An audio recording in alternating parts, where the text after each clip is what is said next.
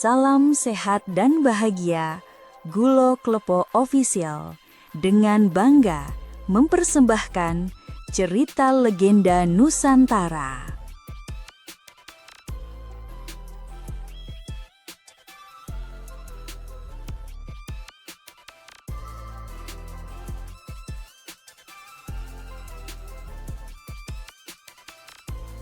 Legenda asal mula Watu Ulo. Kisah pertarungan Djoko Mursodo dan Raja Naga Nogorojo. Di sepanjang pesisir selatan Jember, ada sebuah batu karang memanjang menyerupai tubuh ular raksasa. Banyak orang datang hanya untuk memandanginya, tapi tidak semua tahu bahwa batu itu pernah hidup. Ia adalah tubuh seekor naga jahat yang pernah mengguncang Laut Jawa. Dan inilah kisah tentang pemuda pemberani yang mengakhirinya. Assalamualaikum warahmatullahi wabarakatuh. Halo sedulur Nusantara, selamat datang kembali di kanal Budaya Gulo Klepo Official. Semoga panjenengan semua diberi kesehatan, rezeki yang berkah, dan hati yang lapang dalam menjalani hari-hari penuh tantangan. Hari ini kita akan menelusuri salah satu legenda paling terkenal dari Jember, Jawa Timur. Kisah tentang bagaimana keberanian seorang anak manusia mampu mengalahkan monster laut yang menebar teror. Inilah legenda asal mula Watu Ulo, sebuah kisah yang diwariskan turun-temurun oleh masyarakat pesisir selatan. Banyuwangi pada masa itu bukanlah tanah hijau yang tenang seperti sekarang. Awan hitam mengepul tak pernah pergi. Bau asap menyesakkan udara, dan suara jeritan menjadi bagian dari hari-hari yang kelam. Perang besar pecah antara dua kekuatan yang sengit dan tak mau mengalah. Di tengah kekacauan itu, seorang anak kecil bernama Djoko Mursodo berlari sekuat tenaga, melintasi rumah-rumah terbakar yang ambruk satu persatu. Ia tidak menoleh lagi ketika suara terakhir keluarganya lenyap dalam kobaran api. Hembusan angin malam menghantam wajah kecil Djoko. Terasa dingin namun tetap tidak mampu menenangkan tubuhnya yang penuh luka. Ia terus berlari tanpa arah, hanya mengikuti suara hutan yang seolah memanggilnya untuk berlindung. Ranting-ranting mencambuk kulitnya, dedaunan basah menempel pada pakaiannya, dan napasnya tersengal-sengal. Di tengah kegelapan itu, ia merasa seakan seluruh dunia ingin menelannya. Ketika tubuhnya tak lagi kuat, Djoko terjatuh di antara akar-akar besar yang melintang seperti tangan raksasa. Pandangannya kabur, telinganya berdenging, dan seluruh tubuhnya gemetar hebat. Ia memeluk lutut, merasakan dinginnya tanah menembus kulit, sebelum akhirnya kesadarannya memudar. Jika saat itu ada binatang buas, mungkin hidupnya akan berakhir. Namun takdir berkata lain. Sesaat kemudian, cahaya obor menembus kegelapan hutan. Dua sosok muncul, pasangan tua dengan wajah penuh kebijaksanaan, Aki Sambi dan Nini Sambi. Mereka sedang mencari kayu bakar ketika melihat tubuh mungil yang tergeletak tak berdaya itu. Tanpa ragu, Nini Sambi berlutut, menyentuh dahi Djoko yang panas dan basah oleh keringat. "Kasihan, Aki, bocah iki kesel banget," bisiknya. Aki Sambi mengangguk dan mengangkatnya dengan hati-hati. Di rumah panggung mereka yang sederhana di tepi hutan, Djoko dirawat dengan ramuan herbal, air hangat, dan doa yang tak putus. Hari berganti hari, dan luka-lukanya perlahan mengering. Setiap kali ia membuka mata, ia melihat wajah Nini Sambi yang tersenyum lembut atau Aki Sambi yang duduk di sudut sambil mengasah pisau untuk kebutuhan sehari-hari. Bagi Djoko, rumah itu menjadi tempat aman pertama sejak tragedi menimpanya. Ketika akhirnya ia mampu berdiri, perasaan asing menggelayuti dadanya, campuran syukur dan kehilangan. Namun di balik itu semua, tumbuh benih yang jauh lebih kuat, tekad untuk menjadi orang yang mampu melindungi, bukan hanya diselamatkan. Setiap kali ia memandang hutan, laut, atau wajah para penduduk kecil desa yang damai, ingatan perang membuatnya sadar bahwa ia tak ingin tragedi yang sama terulang dimanapun. Tanpa Djoko sadari, hari ketika ia diselamatkan oleh Aki dan Nini Sambi adalah awal dari perjalanan panjang yang akan membawanya bertemu musuh terhebat dalam hidupnya. Seekor naga yang kekuatannya mampu mengguncang lautan. Tetapi untuk sampai ke sana, Djoko harus melewati masa-masa yang membentuknya. Dan masa itu dimulai sejak hari ia membuka mata di rumah pasangan tua itu. Hari-hari pertama Djoko di rumah panggung itu dipenuhi rasa canggung. Ia masih sering terbangun di malam hari karena mimpi buruk tentang api, jeritan, dan suara runtuhan bangunan yang terus menghantuinya. Setiap kali itu terjadi, Nini Sambi mendatanginya dengan lampu minyak kecil, mengelus rambutnya, dan berkata, "Wis, wes, le, kabeh wes rampung. Iki omahmu saiki." Kata-kata sederhana itu perlahan mengubah luka dalam hatinya menjadi kekuatan untuk bertahan. Setelah kesehatannya pulih, Aki Sambi mulai mengajaknya keluar rumah. Lelaki tua itu berjalan perlahan sambil membawa tongkat bambu, sedangkan Joko mengikuti dari belakang. "Le," kata Aki suatu pagi, "urip kui kudu duwe kekuatan. Tubuh kuat, pikiran bening, ati suci. Ketigane kudu selaras." Joko mengangguk meski belum benar-benar memahami. Namun itulah hari ketika perjalanan pendidikannya dimulai. Latihan pertama Joko bukan memukul atau menendang. Aki menyuruhnya duduk di atas batu besar di tepi sungai, memejamkan mata, dan mendengarkan. Alam iki ngomong, "Le, yen kowe pingin sakti, rungokno dhisik." Joko berusaha fokus. Ia mendengar gemericik air, dedaunan berdesir, dan burung-burung kecil saling memanggil. Disinilah ia belajar bahwa kekuatan bukan hanya soal tenaga, tapi ketenangan batin. Baru setelah itu Aki Sambi mengajarkan dasar pencak silat. Gerakannya perlahan, namun penuh makna. Tangan tua Aki bergerak seperti dedaunan tertiup angin, halus namun punya daya. Joko menirunya, meski pada awalnya tubuhnya kaku. Namun semangatnya besar. Setiap pagi ia berlatih di halaman tanah yang masih berembun, sementara matahari perlahan terbit di balik pepohonan. Hari-hari berikutnya menjadi lebih berat. Aki Sambi menaruh batu seberat tubuh Joko di punggungnya, dan menyuruhnya berjalan mengelilingi halaman. Kadang ia harus menahan pukulan tongkat bambu di lengan tanpa meringis. Di hari lain, ia harus memecah kayu keras atau mengangkat tempayan berisi air sungai sampai ke rumah. Perlahan, otot tubuhnya terbentuk, pernapasannya kuat, dan langkahnya mantap. Di balik latihan fisik, Nini Sambi memberi pelajaran yang tak kalah penting. Ia mengajarkan Joko membaca tanda alam, meracik ramuan, memahami nilai welas asih, dan menghormati kehidupan. "Sakuat-kuat wong, yen atine peteng, ora ono gunane," ucapnya. Joko menyerap semua itu. Ia belajar bahwa kekuatan tanpa kebaikan hanya akan menghasilkan kehancuran. Sesuatu yang pernah ia saksikan sendiri saat perang merenggut keluarganya. Bertahun-tahun berlalu, Joko tumbuh menjadi pemuda gagah dengan sorot mata tegas dan tubuh yang lentur seperti bambu muda. Ia mulai membantu warga desa dengan memancing, mengangkut hasil panen, dan ikut menjaga ternak. Semua orang mengenalnya sebagai pemuda yang sopan, ulet, dan kuat. Namun di balik senyumnya, ia bisa merasakan bahwa takdirnya menunggu di balik cakrawala. Di sela hari-hari itu, ia mulai mendengar cerita dari para nelayan tua. Cerita tentang Nogorojo, naga laut raksasa bermata merah yang sering muncul dari dasar samudera. Makhluk itu merusak perahu, menenggelamkan para nelayan, dan memakan apapun yang berenang di sekitarnya. Banyak yang meyakini bahwa kekuatan naga itu semakin besar, karena tak ada manusia yang mampu menghadapinya.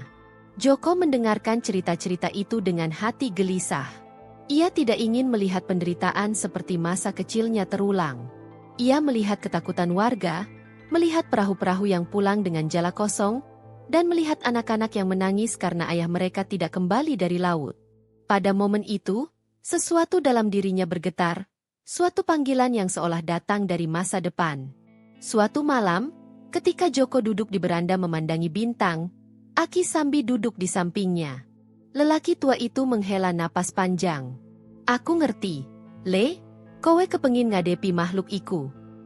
Joko terkejut, tapi Aki melanjutkan, "Nanging kudu eling. Kekuatanmu gede, nanging kowe isi bocah. Nogo kui dudu musuh sembarangan." Joko menunduk, tapi di balik kata-kata itu, ia merasakan izin tersirat, bahwa waktunya hampir tiba. Dan benar saja, semakin hari, makin kuat desakan dalam hati Joko. Seolah laut itu sendiri memanggil namanya. Setiap hembusan angin asin membawa bisikan tak kasat mata, membuat darah mudanya bergejolak. Hingga pada akhirnya ia tahu, cepat atau lambat, ia harus berdiri sebagai pelindung bagi tanah yang telah memberinya kehidupan baru. Desa kecil di pesisir Jember yang selama ini damai mulai berubah suasananya. Ombak yang biasanya jinak menjadi lebih ganas, memecah karang dengan suara yang terdengar seperti geraman. Langit sering mendung meski musim kemarau. Para nelayan pulang dengan wajah pucat, jala mereka robek, perahu mereka berlubang. Ada yang berbisik bahwa laut bukan lagi tempat aman. Ada sesuatu yang bergerak di dasar samudera, sesuatu yang jauh lebih besar dari sekadar ikan atau badai. Salah satu nelayan tua bercerita dengan suara bergetar. Aku weruh. Le, wujude gede kaya gunung cilik. Matane abang murup koyo bara. Cerita itu membuat banyak warga menutup jendela lebih cepat dan menyalakan dupa untuk menolak bala. Anak-anak tidak lagi bermain di pantai. Ibu-ibu menggandeng suami mereka setiap kali para lelaki harus menurunkan perahu ke air. Rasa takut merayap seperti kabut yang tidak bisa diusir. Joko yang mendengar rumor itu awalnya hanya diam. Namun setiap cerita yang disampaikan nelayan selalu menyebut satu nama, Nogorojo, Sang Raja Naga. Makhluk purba yang konon menjadi penguasa laut selatan sejak zaman nenek moyang. Tidak ada yang tahu dari mana ia datang. Beberapa mengatakan ia adalah penjaga harta karun samudera. Yang lain percaya ia muncul karena manusia sudah terlalu rakus mengambil hasil laut. Apapun alasannya, yang jelas, Nogorojo semakin sering muncul dan semakin ganas. Suatu sore, ketika Joko pulang dari membantu warga memperbaiki jala, ia melihat seorang bocah kecil menangis di tepi pantai. Perahu ayahnya ditemukan terbalik, terapung tanpa awak. Warga mencoba menyelamatkan sang ayah. Namun yang mereka temukan hanya sebongkah papan yang patah seolah digigit oleh makhluk besar. Joko menatap serpihan itu dengan dahi mengernyit. Bekas gigitan itu bukan milik ikan biasa. Ada kekuatan dahsyat di baliknya. Warga desa akhirnya berkumpul di balai tepi pantai. Mereka saling berbicara dengan suara penuh tekanan. Ada yang ingin pindah ke desa lain. Ada yang mengusulkan berhenti melaut untuk sementara. Namun tanpa laut, mereka tidak punya sumber makanan dan penghidupan. Kita iki wong pantai, nek ora melaut, piye anak bojo mangan, seru salah satu nelayan. Ketakutan dan keputusasaan memecah kedamaian desa. Sementara itu, Joko berdiri menjauh dari kerumunan, menatap laut dengan mata menyipit. Ada yang memanggilnya dari balik ombak, perasaan yang tidak bisa ia jelaskan. Laut itu tampak gelap dan berbahaya. Namun Joko tidak merasa takut. Justru, ia merasa seperti menemukan sesuatu yang selama ini ia tunggu. Sebuah ujian. Sebuah alasan dari takdirnya. Namun ketika ia bersiap melangkah, sebuah tangan menahan bahunya. Aki Sambi berdiri di belakangnya dengan wajah serius. Joko, katanya, kowe orang ngerti wujud lan kekuatan Nogo kui. Panjangnya bisa puluhan meter, kulita harder tinimbang watu karang, lan nafas sepanas koyo geni neroko. Nada suaranya bukan hanya peringatan, tapi juga ketakutan seorang ayah yang tidak ingin kehilangan anaknya. Joko menatap wajah tua itu dengan hormat tetapi teguh. Aki, aku ngerti risiko kasebut. Nanging yen ora ono sing wani ngadepi Nogorojo, warga desa iki bisa mati kabeh. Kata-katanya tenang tetapi mengandung api yang tidak bisa dipadamkan. Nini Sambi yang sejak tadi mengamati dari kejauhan ikut mendekat, menatapnya dengan mata berkaca-kaca. Le, hati-hati. Ojo nganti kowe kelangan awakmu koyo biyen kelangan keluargamu. Malam itu, Joko duduk di depan rumah panggung sambil memeluk lutut. Ia mempertimbangkan segala risiko, kematian, kehilangan, kemungkinan gagal. Namun setiap teriakan nelayan yang kehilangan keluarga, setiap tangisan anak kecil yang menunggu ayahnya, dan setiap wajah lelah warga desa terus terbayang. Ia tidak bisa diam. Ia tidak bisa bersembunyi. Batin dan ajaran yang ia dapat selama bertahun-tahun mendorongnya berdiri. Ketika bulan naik tinggi, keputusannya bulat. Ia akan menghadapi Nogorojo. Bukan dengan nekat, melainkan dengan keberanian yang berasal dari keyakinan. Keyakinan bahwa ia diciptakan bukan untuk lari dari masa lalu, melainkan untuk berdiri menghadapi kegelapan. Dan sebelum fajar menyingsing, ia sudah menyiapkan rencananya, sebuah rencana yang akan mempertemukannya dengan takdirnya sendiri.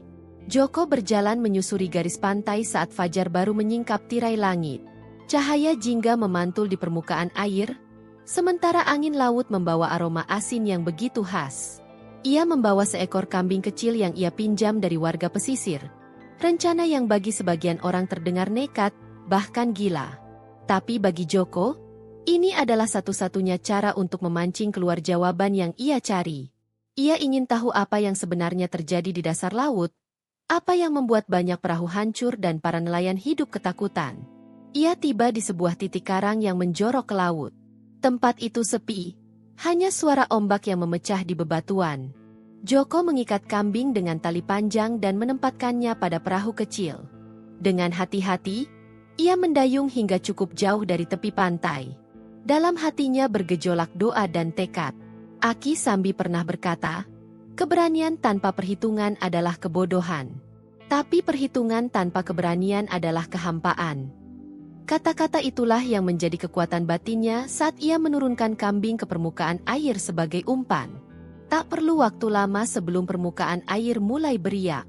Joko memegang tali erat-erat, menduga itu mungkin ulah Nogorojo. Namun yang muncul justru seekor ikan raksasa bersisik perak kehijauan, sebesar perahu. Matanya jenaka dan cerdas, berbeda sekali dari gambaran makhluk buas. Ikan itu membuka mulut, dan suara berat namun ramah keluar dari sana. Aku Raja Mina, lepaskan aku, hai manusia baik. Aku hanya tertarik pada umpanmu karena aroma kambing itu sangat asing di lautan. Joko tertegun.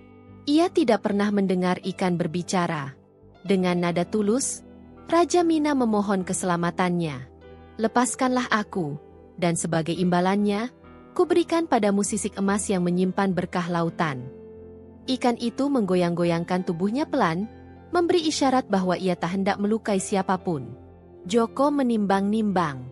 Ia teringat ajaran Nini Sambi tentang welas asih dan menolong makhluk yang tidak berbuat jahat. Akhirnya, ia mengangguk dan mengendurkan tali, membiarkan Raja Mina bergerak bebas. Sebelum pergi, makhluk itu mengeluarkan sepotong sisik bersinar terang, hangat ketika disentuh. Namun saat Raja Mina hendak menyelam kembali, laut mendadak menggelegar. Ombak naik seperti dinding air. Dari kegelapan bawah laut muncul sosok yang jauh lebih besar. Nogorojo, naga laut penjaga kedalaman. Tubuhnya panjang bergelombang, bersisik hitam kehijauan, matanya menyala merah seperti bara. Dalam sekejap, ia menerjang dan menghabisi Raja Mina. Air memercik tinggi seperti ledakan. Joko terpaku, terkejut dan marah melihat makhluk tak bersalah itu dimangsa di depan matanya. "Kenapa kau membunuhnya?" teriak Joko. Nogorojo menatapnya, mendesis keras. Suaranya seperti batu digerus di dasar laut. "Aku adalah penguasa lautan ini. Segala yang hidup di sini adalah milikku." Kesombongan dan kebengisan itu membuat api dalam hati Joko menyala. Tanpa gentar, ia berdiri di perahu sambil mencabut tombak yang ia bawa. "Aku, Joko Mursodo, menantangmu. Kau telah membuat rakyat menderita. Kau harus dihentikan." Nogorojo tertawa panjang, membuat permukaan laut berguncang. "Manusia kecil, berani benar kau." Mereka pun bergerak ke tepi karang tempat ombak memecah paling keras. Angin menderu, langit mulai gelap meski masih siang hari. Alam seakan ikut bersiap menyaksikan duel besar antara manusia dan Raja Naga Laut. Joko turun ke karang, berdiri kokoh meski angin menghantam tubuhnya. Di hadapannya, Nogorojo menyeringai, tubuhnya melilit karang seperti ular raksasa siap menerkam. Pertarungan itu tak bisa lagi dihindari, dan Joko tahu, ini baru permulaan dari duel yang akan menguji seluruh ajaran Aki Sambi yang pernah ia pelajari. Ombak menggulung tinggi, menghantam tebing karang dengan suara bagai dentuman genderang perang. Langit yang awalnya kelabu kini berubah pekat, seolah menunggu darah dan takdir ditumpahkan di bawahnya. Joko berdiri di tepi karang, tubuhnya basah oleh percikan air laut, namun tatapannya tak goyah. Di hadapannya, Nogorojo menampakkan seluruh kegagahannya, tubuh raksasa sepanjang puluhan meter, sisik hitam kehijauan berkilau bak batu obsidian, dan mata merah yang membara penuh kebencian. Naga itu menggeram keras hingga tanah tempat Joko berdiri gentar. "Manusia kecil, Desisnya, kau menantang kekuatan laut itu sendiri. Namun Joko tidak mundur. Ia memusatkan napas, merasakan aliran tenaga dalam yang selama ini ia latih di bawah bimbingan Aki Sambi. Suara halus sang guru seolah muncul dari ingatan, ketika musuhmu lebih besar, cari bukan siapa yang lebih kuat, tapi bagian mana yang paling lemah. Napasnya teratur, langkahnya mantap. Joko bersiap menyongsong pertarungan yang akan menentukan hidup banyak orang. Serangan dimulai ketika Nogorojo menghembuskan napas panas seperti api cair. Joko melompat ke samping, nyaris tercebur ke laut. Air yang tersentuh semburan naga itu mendidih seketika. Joko mengetahui satu hal, jika ia terkena langsung, tubuhnya akan hangus tanpa sisa. Ia menjejak batu karang dan melompat ke arah kepala naga. Tombaknya berputar cepat, menghantam sisi keras itu, namun hanya menimbulkan percikan, tanpa luka berarti. Nogorojo membalikan tubuhnya dan menghantam Joko dengan ekor raksasanya. Tubuh Joko terpental jauh, membentur batu. Darah mengalir dari bibirnya. Tapi ia bangkit lagi. Selalu bangkit. Pertarungan berlanjut lebih sengit. Joko berlari melintasi karang yang licin, menghindari gigitan dan terjangan tubuh naga. Setiap langkah terasa seperti menantang maut. Ketika Nogorojo menerjang dari samping, Joko menancapkan tombaknya ke sela-sela batu untuk menahan tubuh raksasa itu. Guncangan dahsyat membuat karang bergetar.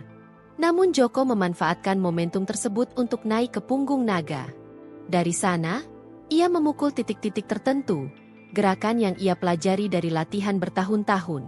Setiap pukulan mengandung tenaga dalam yang memecah udara. Naga itu menggeram kesakitan, menggeliat, namun tubuhnya begitu besar hingga sulit dikendalikan oleh serangan Joko yang relatif kecil.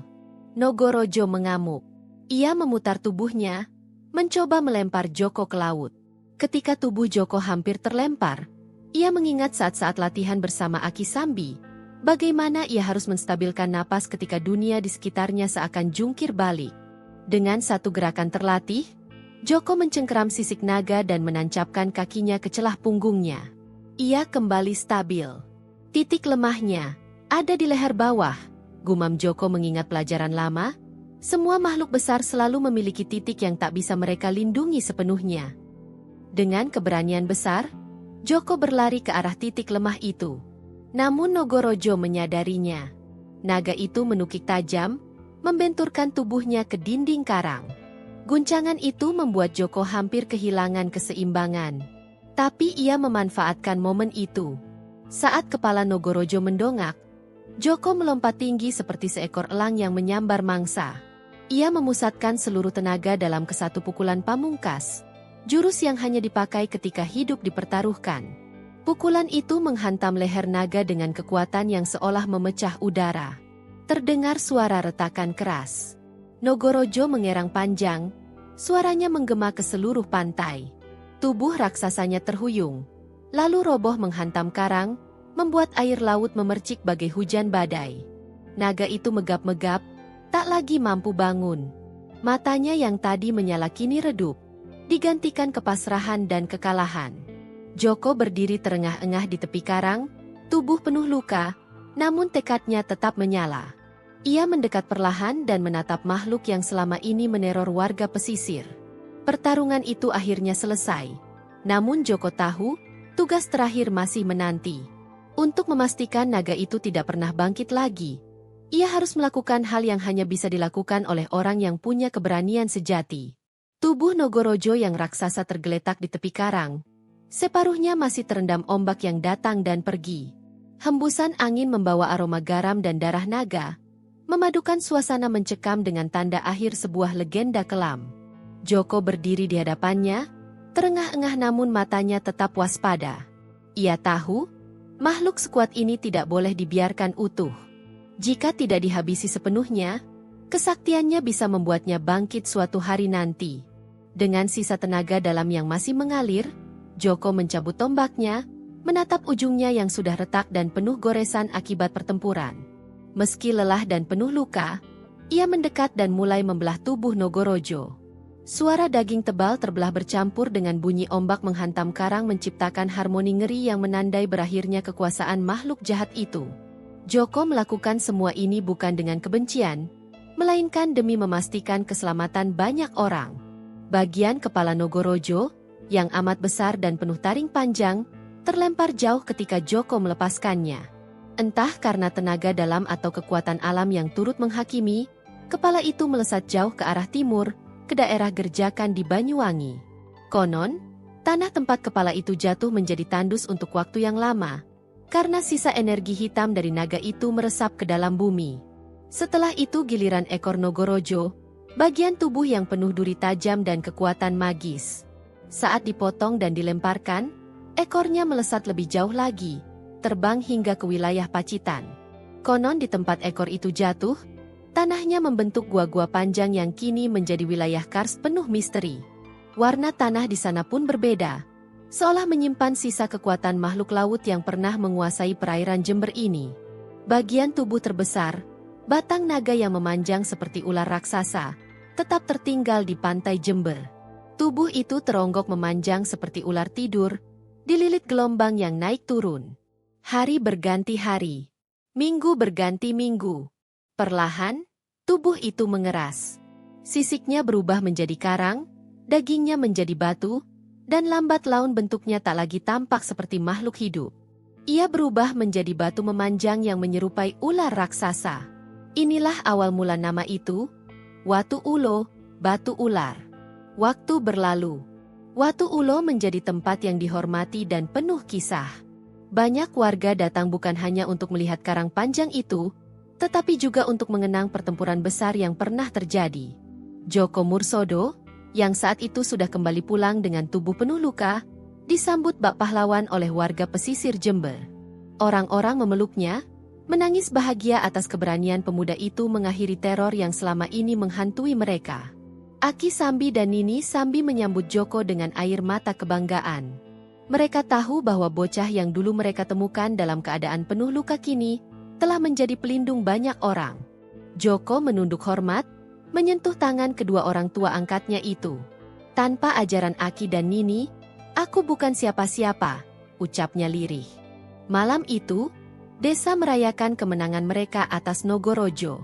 Tetapi jauh di hati Joko, ia hanya merasa bersyukur karena mampu mengembalikan kedamaian.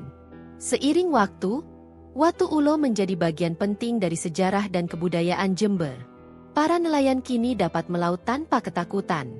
Anak-anak bermain di pantai sambil mendengar cerita tentang pemuda sakti yang pernah menantang naga lautan.